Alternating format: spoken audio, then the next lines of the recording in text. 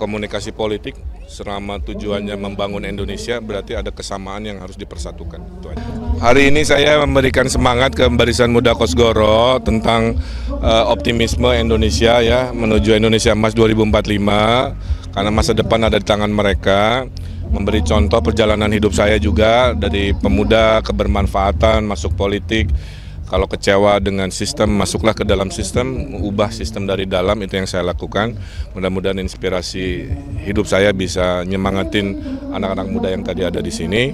Kebetulan juga mereka bagian dari keluarga besar Golkar, partai saya, insya Allah akan turun memenangkan pasangan Ridho satu putaran. Saya kira itu. Ini terkait dengan menteri-menteri yang dipanggil Pak Prabowo.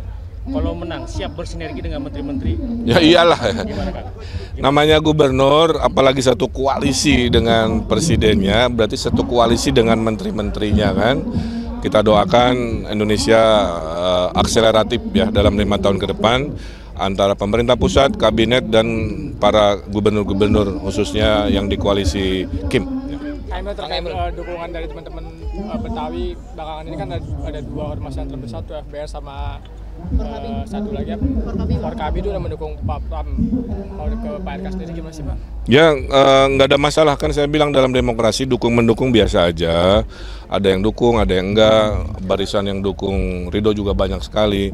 Tidak perlu dipertentangkan karena kalau hasil surveinya maaf ya lebih dari 50% yang etnis Betawi kan disurvei terkonfirmasi milih Ridho.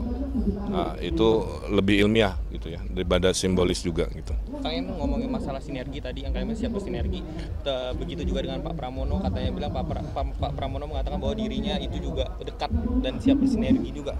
Kang Emil. Tidak boleh ada calon gubernur yang menyatakan tidak sinergi dengan pemerintah pusat.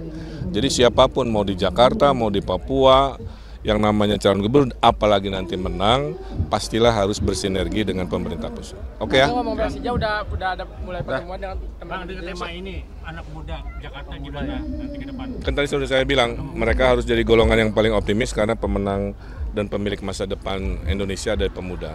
Minimal kami yang senior, sharing cerita supaya mereka terinspirasi. Oke? Satu lagi.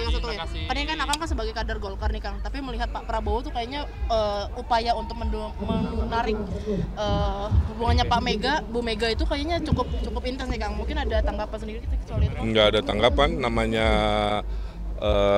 komunikasi politik selama tujuannya membangun Indonesia, berarti ada kesamaan yang harus dipersatukan. Itu aja. Oke? Yuk. Terima kasih ya Kang Emil.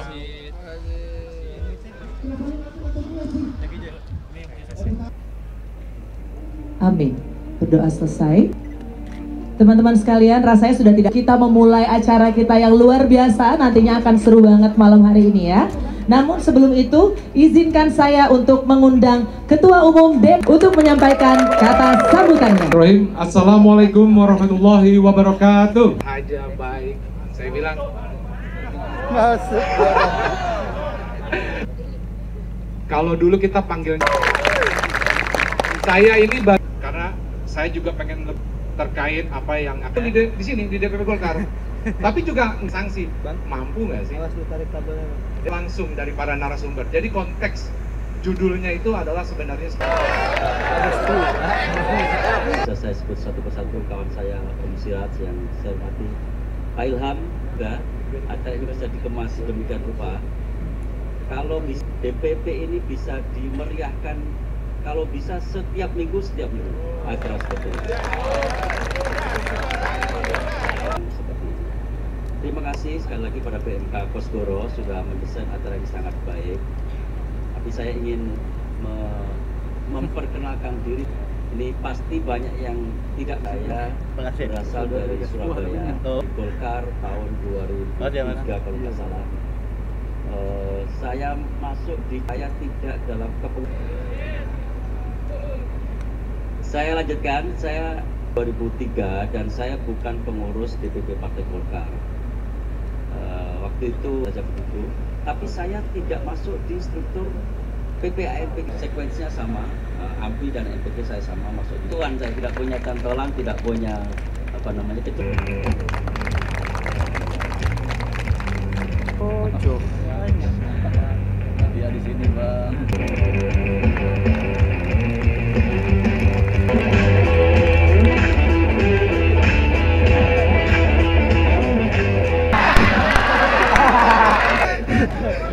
sorry.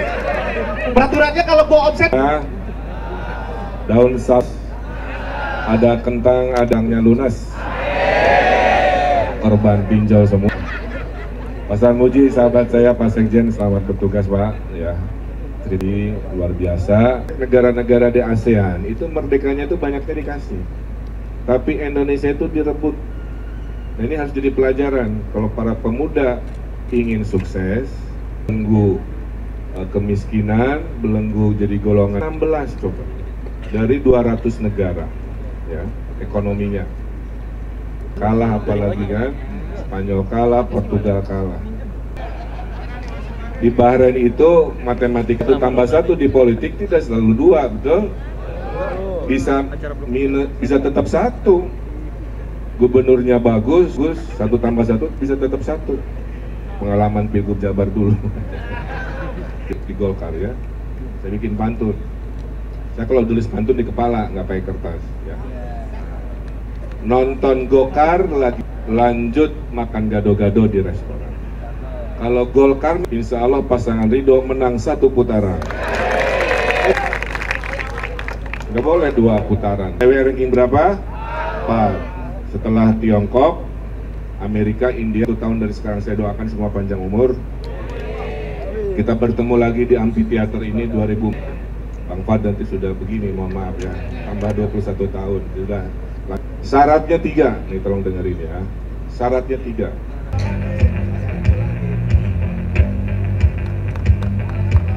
Plakat dulu.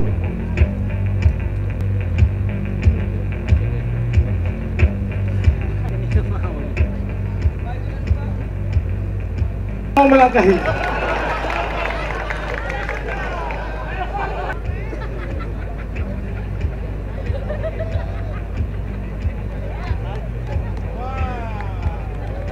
Kita akan sebuah kenang-kenangan PMK 1 menuju kemenangan ya bersama.